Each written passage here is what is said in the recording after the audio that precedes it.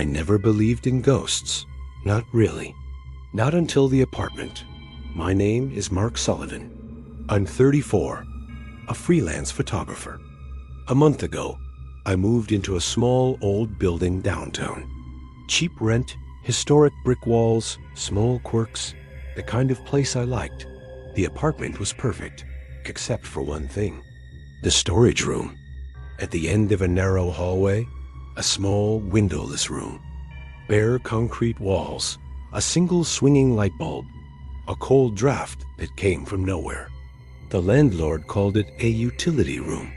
I didn't care much at first. I should have stayed away. The first strange thing happened a week after moving in. I was unpacking boxes when I noticed scratches on the walls. Thin lines, like someone had been writing names. I crouched closer, trying to read them. James, Helen, Margaret. I froze. I didn't know any of those people. I shrugged. Probably previous tenants. Then the smell came. Metallic, old, like rust mixed with soil. Heavy, foul. It only came from that room. 2 nights later, I was editing photos in the living room when I heard it. A whisper. Mark. I froze. I live alone. Mark, look.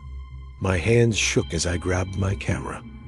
I walked toward the storage room. I flicked on the light. Nothing. Just the bare walls. Boxes stacked against one corner. The old carpet. I laughed nervously. Stress, I told myself. Moving alone can play tricks on your head. Then I saw it, etched into the plaster faintly. A name. James? I don't know any James. The room remembers over the next few days. The room began to change. I'd leave it empty. When I returned, new scratches appeared. Names, symbols, sometimes faint faces. Sometimes I thought I saw them move, just slightly, in the corner of my vision. Faces pressed into walls, eyes staring, screaming silently. I began keeping a notebook. Every name, every figure, every smell, every whisper. And every night I heard them. Mark, help us. By the 10th day, it became unbearable. I slept in the living room. Every time I passed the storage room, I felt eyes on me, breathing, faint, shallow, coming from inside the walls. I decided to investigate. I set up a camera inside the room, a time-lapse overnight.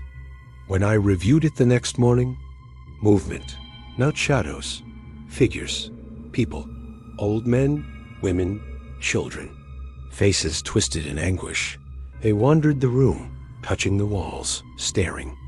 And then I realized they remembered. The ones from last night, still there, doing the same actions, touching the same spots, looking at the same areas. The room remembered them. The whispers become voices. I tried to tell myself I was imagining it, until it started speaking. I was editing photos when the whispers became coherent. Mark, we're trapped. Trapped. I grabbed a flashlight and slowly opened the storage room door. The figures weren't physically there, only the walls. Alive, scratches deepened. Faces pressed into plaster. Mouths opening, closing, screaming silently. One voice cut through the whispers clearly. Mark, join us. Attempted escape. I tried ignoring it. I slept with the door closed, locked it. But every morning, new evidence. Boxes moved. Names etched deeper. Faces clearer. I realized the room didn't just remember the dead. It stored them, preserved them, alive in its memory. I researched the building. Old archives, newspapers. It had been built over an old hospital, burned down 50 years ago. Patients unaccounted for, bodies missing. Records incomplete. The storage room? Originally a morgue, isolation chamber, for bodies that couldn't leave. A place for the dead to linger. I wasn't imagining it. The room had preserved them, alive in its memory. The mistakes then, I made a mistake.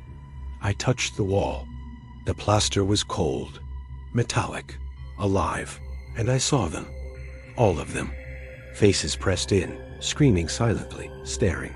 "Mark, stay with us." I pulled back. My skin burned. My heart raced. Tried to leave. The door wouldn't open. The figures weren't visible outside the room, only inside, but their whispers surrounded me. "Mark, join us, join us, join us." I spent the night trapped, afraid to sleep, afraid to blink. Every shadow a face, every whisper a command. The horror escalates the next morning. The door opened normally. I thought it was over. I was wrong. Every time I entered the room now, it was worse. The walls were alive with names, faces, and movements. Faces of the dead pressed into plaster, staring at me. Sometimes they reached out, fingers stretching like shadows through the walls. I began photographing the room constantly, hoping to capture proof. But the camera only recorded empty walls.